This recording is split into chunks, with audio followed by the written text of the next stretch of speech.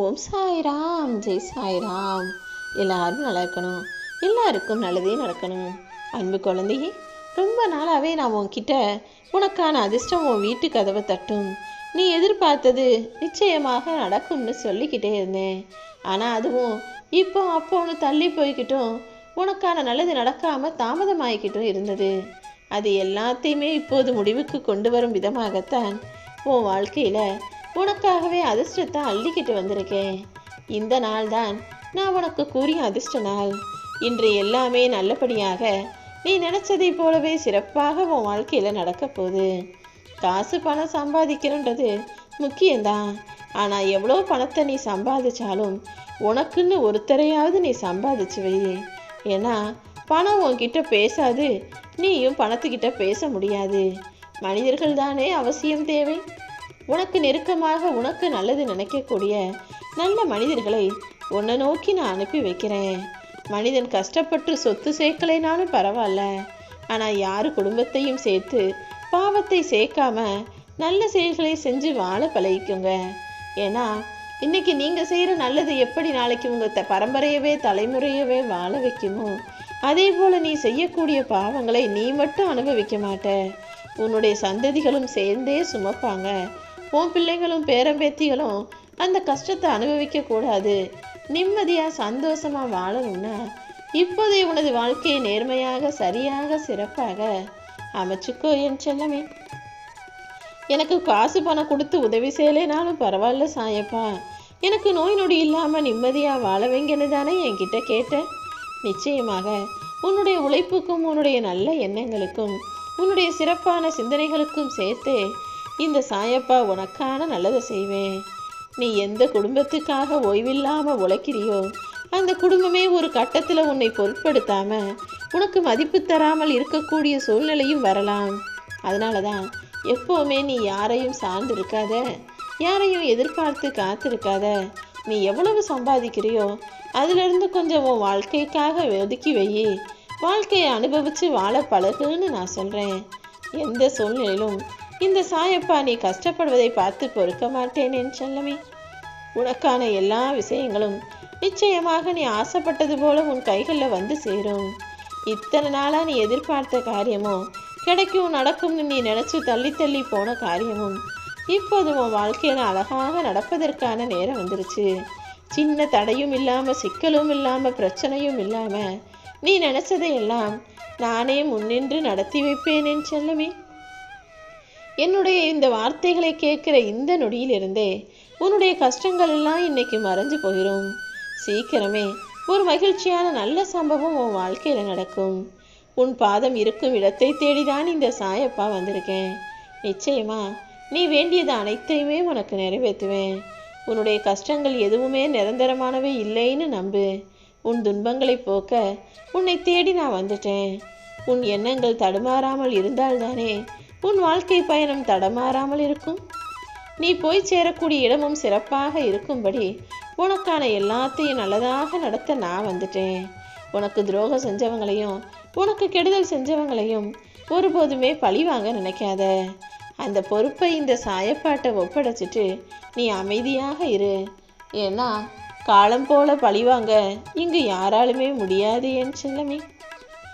நீ யார் மீதாவது நம்பிக்கை வச்சு அவங்க அந்த நம்பிக்கையை சீர்குலைக்கும் போது நீ மரண வேதனையை அனுபவிக்கிறதையும் மனசு கஷ்டப்படுறதையும் நான் பார்க்க தான் செய்கிறேன்.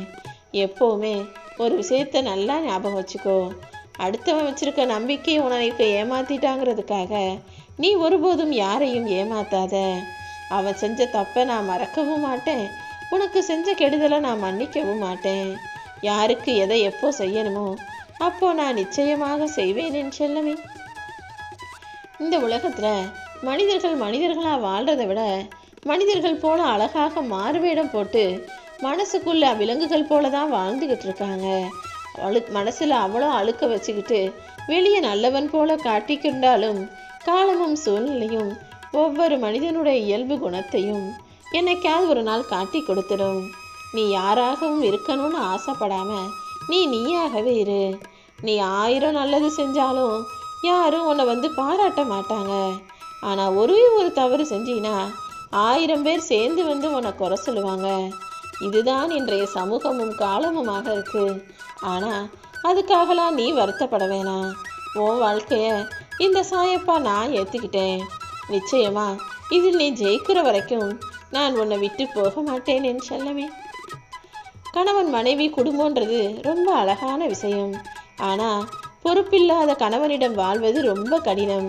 அதை விட கூடியது கணவன்கிட்ட சண்டை போட்டுட்டு அம்மா வீட்டில் போய் செல்லா காசாக வாழுவதுதான்.